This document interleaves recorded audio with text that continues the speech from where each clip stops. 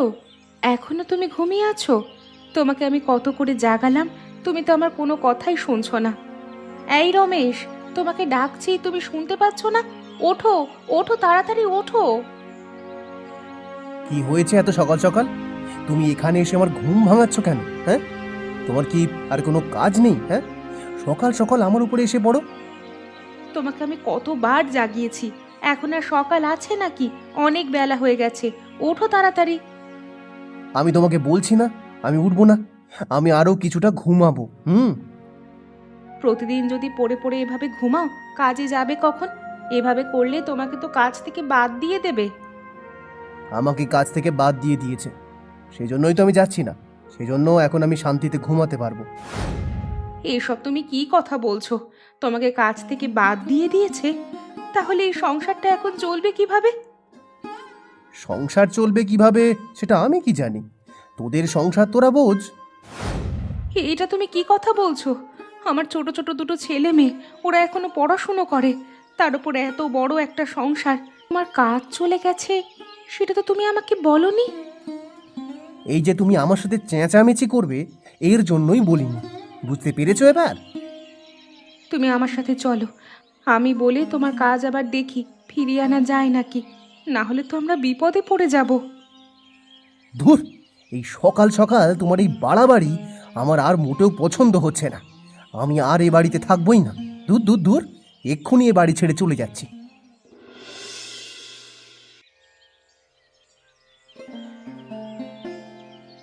মা, তুমি কি রান্না করছো আজকে? আজকে আমরা কি দিয়ে ভাত খাবো? তেমন কিছু রান্না করতে পারিনি রে বাবা। আলু সেদ্ধ করেছি, আলু সেদ্ধ দিয়েছি, কচুর শাক রান্না করেছি। আজকেও মা এ ধরনের খাবার? এসব খাবার খেতে আর ভালো লাগে না। তুমি একটু ভালো মন্দ রান্না করতে পারো না? আমারও তো মন চায় তোদের জন্য ভালো ভালো কিছু রান্না করি, ঘরে তো বাজারই নেই রে বাপ।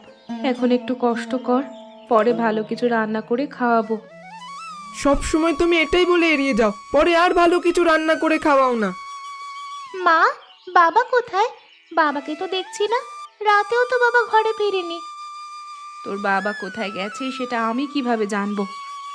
নিশ্চয়ই তুমি বাবার সঙ্গে আবারও ঝগড়া করেছো, তাই না? তুই এখনো ছোট পূজা, তোরা এত সব জানতে হবে না। তুই যা, ঘরে যা, রবিকে ভাত দে, নিজেও খেয়ে নে। তুমি খাবে না? ঠাকুমা কোথায়? ঠাকুমাকেও তো দেখতে পাচ্ছি না। তোরা দুজন স্কুল থেকে ফিরেছিস, নিশ্চয়ই তোদের ক্ষুধা লেগেছে। তোরা দুজনে খেয়ে নে, আমরা পরে খাবো, যা।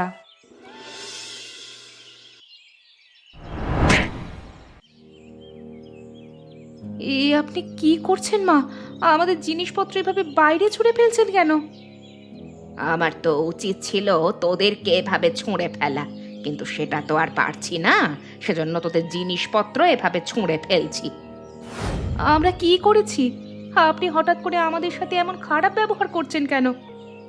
কি করেছিস এখনো বুঝতে পারছিস না? তুই এ সংসারে আসার পর থেকে আমার সংসারটা অশান্তিতে ভরে গেছে। সুখের সংসারটা তুই ভেঙে দিয়েছিস। আপনি এসব কি কথা বলছেন মা? আমি আপনার সুখের সংসার কিভাবে ভেঙে দিলাম? আমার ছেলেটার মাথাটা খেয়েছিস।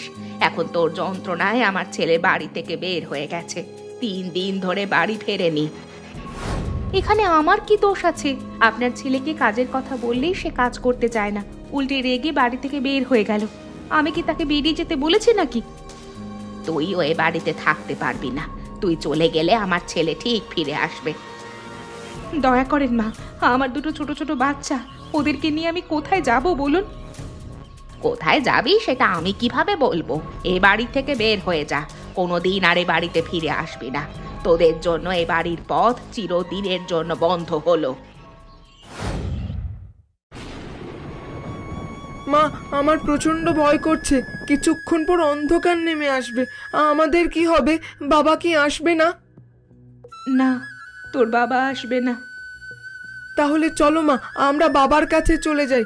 ঠাকুমা আমাদেরকে বের করে দিয়েছেন, বাবার কাছে বলে দেব। এ কি মা, কি হয়েছে? তুমি কাঁদছো কেন? বুঝেছি, ঠাকুমা বাড়ি থেকে বের করে দিয়েছে, সেজন্য তুমি কাঁদছো, তাই না? মা, প্রচন্ড বৃষ্টি হচ্ছে, আকাশে বিদ্যুৎ চমকাচ্ছে। আমাদের কোথাও একটা আশ্রয় নিতে হবে। আমরা কোথায় আশ্রয় নেব? আশেপাশে তো কোনো ঘরবাড়িও দেখতে পাচ্ছি না। ওই যে ওই যে পাশে একটা বিশাল বড় গাছ দেখতে পাচ্ছি, ওখানে চল। ওখানেও তো বৃষ্টি পড়ছে, কোনোভাবেই নিজেকে শুকনো রাখতে পারছি না মা, একদম ভিজে যাচ্ছি। ওপরওয়ালা, আমাদেরকে সাহায্য করো। তুমি ছাড়া এই মুহূর্তে আমাদেরকে সাহায্য করার মতো আর কেউ নেই। ছোট ছোট বাচ্চা ছেলে মেয়েগুলোকে নিয়ে আমি এখন কোথায় যাব, কি করব, কিছুই বুঝতে পারছি না। তোরা দুজন ভয় পাস না, আমার কোলের মধ্যে আয়, আমার কাপড় মাথায় দিয়ে এখানে বস।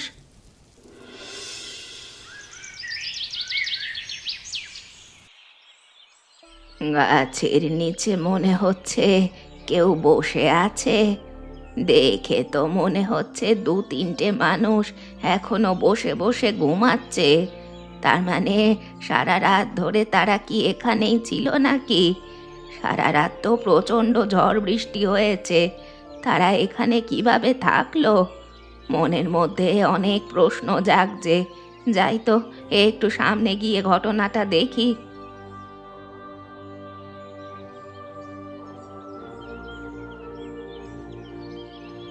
এই যে, শুনতে পাচ্ছ? এই যে মেয়ে, ঘুম থেকে ওঠো। গাছের নিচে বসে বসে ঘুমোচ্ছ নাকি? ঘুম থেকে ওঠো। এই যে।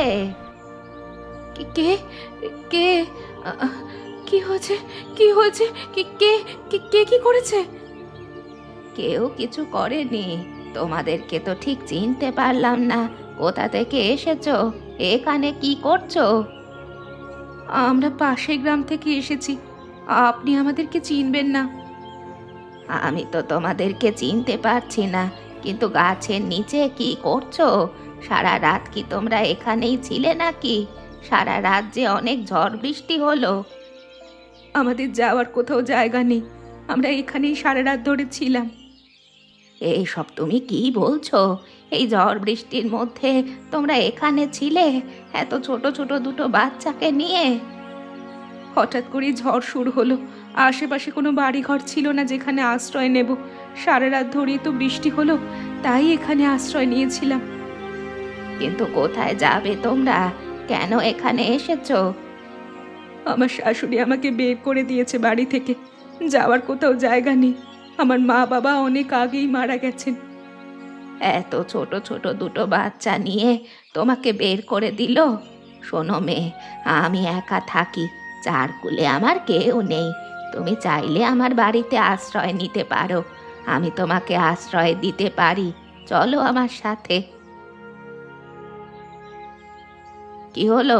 কি ভাবছো? যাওয়ার কোথাও জায়গা নেই, আমি যাওয়ার জন্য বলছি, আবার ভাবছো কি? চলো আমার সাথে।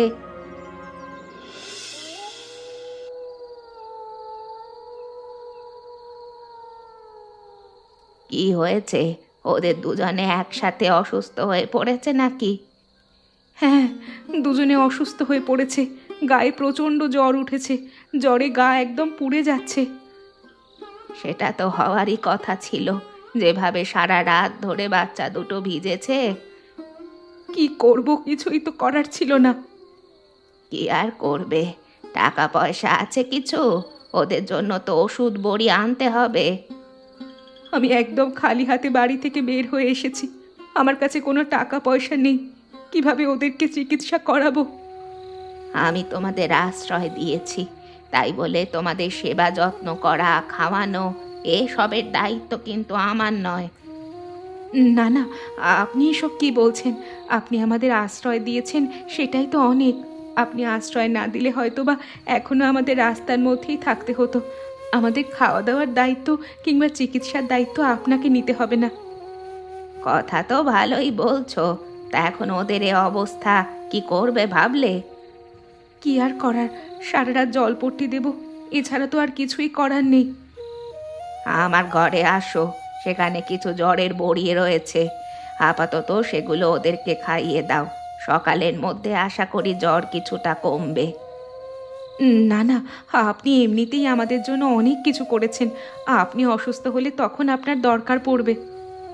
হয়েছে হয়েছে, কথা বাড়িও না। আমি যেটা বলছি সেটা শোনো। তুমি এক্ষুনি আমার সাথে আসো, আমি বড়ি দিয়ে দিচ্ছি।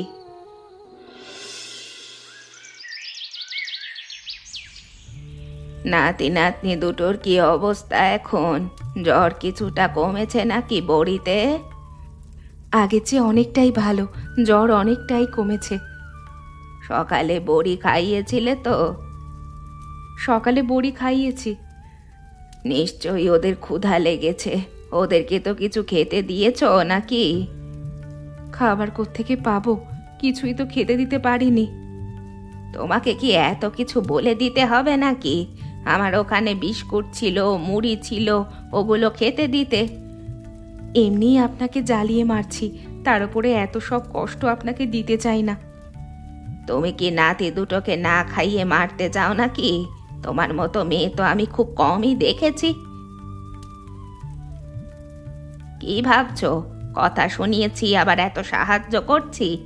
শোনো মা অনুরাধা, আমি একা মানুষ, খুব অল্পতেই আমার চলে যায়। কিছু টাকা পয়সা আমার জমানো আছে, তা দিয়ে কিন্তু চারজন চলবে না। সেটা আমি বুঝতে পারছি।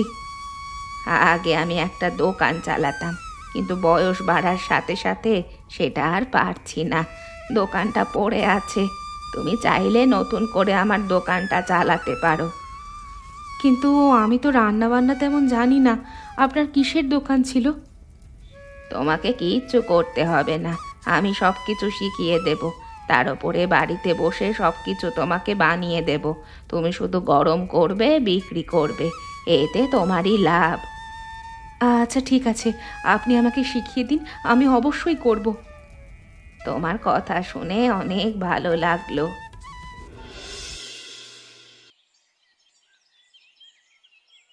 সকাল থেকে দোকান খুলে বসে আছি, এখন প্রায় দুপুর হতে চলল। একটা লোকও তো আমার দোকানে আসছে না। বুড়িমা যে বলল তার দোকান খুবই ভালোভাবে চলবে, কিন্তু এখন তো দেখছি কিছুই চলছে না। আমার সব পরিশ্রম বৃথা যাচ্ছে।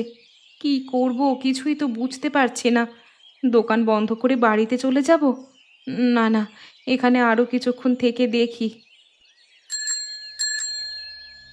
আগে তো এখানে বুড়িমা মোমোর দোকান দিত, কিন্তু হঠাৎ করে বুড়িমার ওই দোকানে ওই মেয়েটাকে অনেক দিন ধরে বুড়িমার দোকান খুলছে না। তার মানে কি ওই মেয়েটার কাছে দোকান বিক্রি করে দিয়েছে, নাকি বুড়িমার কিছু হয়ে গেল?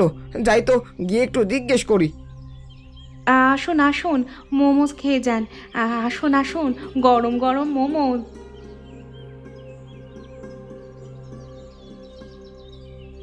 কি যে বলবো বুঝতে পারছি না। আগে মোমো খেয়ে নি, তারপর কথা আগানো যাবে। দিন তো আমাকে দুটো মোমো দিন।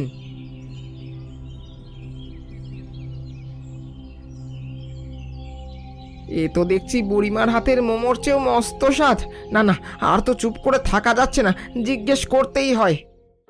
কি হলো, আপনি চুপ করে আছেন যে? মোমোজ কেমন হয়েছে একটু বলুন না। খারাপ হয়েছে নাকি? না না, মোমো খারাপ হয়নি, একদম ঠিকঠাক আছে। কিন্তু একটা কথা, এটা তো বুড়িমার হাতের মোমোর চেয়েও স্বাদ। ভিতরে আবার মরিচ রয়েছে, যেমনটা বুড়িমা তৈরি করতো। আপনি কি, আপনাকে তো চিনতে পারলাম না। বুড়িমা কি দোকান বিক্রি করেছে আপনার কাছে, নাকি তার কিছু হয়েছে? কিন্তু তার হাতের স্বাদ কেন পাচ্ছি না? বুড়িমা কিছুটা অসুস্থ, এখন দোকান চালাতে পারেন না। আমি তার বাড়িতেই থাকি, তবে মোমোজগুলো তিনিই তৈরি করে দিয়েছেন, আমি শুধু বিক্রি করছি। কিন্তু আপনি সকাল থেকে একমাত্র কাস্টমার, কেউ তো কিনছেই না। সবাই আপনাকে নতুন দেখেছে সেজন্য কিনছে না, তবে কাল থেকে কিনবে। আপনি দেখে নিন, আমি নিজে তো আসবই।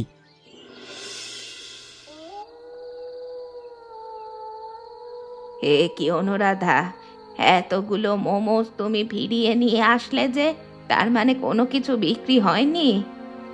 সেই সকালে গিয়েছি, এখন আসছি, তেমন কোনো বিক্রি হয়নি। এসব তুমি কি বলছো? এক সময় তো আমার দোকানে উপচে পড়া ভিড় ছিল, হঠাৎ করে আমার মোমোজ কিনা বিক্রি হচ্ছে না। দুপুরবেলা শুধু একটা খদ্দের এসেছিল রিক্সা নিয়ে, আপনার কথা জিজ্ঞেস করলো, তবে মোমোজ খেয়ে সে কিভাবে যেন বুঝে ফেললো এটা আমি তৈরি করিনি, আপনার তৈরি।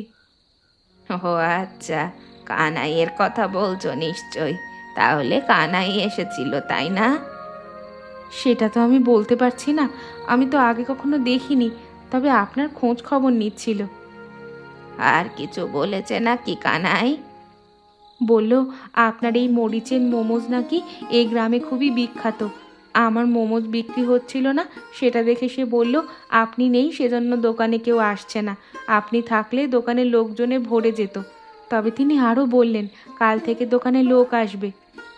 কানাই এটা একটা ভালো কথা বলেছে। লোকজন তো আর বুঝতে পারছে না এটা আমি তৈরি করি। লোকজন তো তোমাকে চেনে না, সেজন্য তোমার থেকে কিনে খাচ্ছে না। তাহলে এখন কি করা যায় বলুন তো? এটা নিয়ে তুমি কোনো চিন্তা করো না। কালকে থেকে আমি কিছুদিন নিজেই তোমার সাথে দোকানে যাব। সবাই আসবে, আমাকে দেখবে, তারপর দেখবে প্রতিদিন তোমার সব মোমোজ বিক্রি হয়ে গেছে। তুমি মানুষকে দিতেও পারবে না, মানুষ ফেরত চলে যাবে। কিন্তু আপনার এই শরীর নিয়ে আপনি দোকানে যেতে পারবেন তো? এখন আগের চেয়ে শরীরটা একটু ভালো। এতদিন একা ছিলাম, এখন তোমরা আছো, ভালোই তো সেবা যত্ন করছো, যেতে পারবো, কোনো সমস্যা নেই। ওরা দুজনে কি করছে? দুজনকে পড়তে বসিয়েছি। চলো চলো, ঘরে চলো।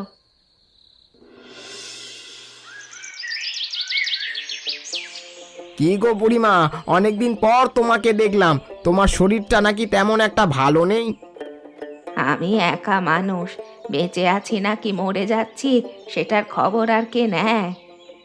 তোমার কথা সবাই চিন্তা করেছে, আমরা হয়তো ভেবেছি তুমি কোথাও বেড়াতে গিয়েছো নাকি। তা কালকে অনুরাধা আমার বানানো মোমোজ নিয়ে এসেছিল, সেগুলো অবিকৃত থেকে গেছে, বাড়িতে ফিরিয়ে নিয়ে যেতে হয়েছে।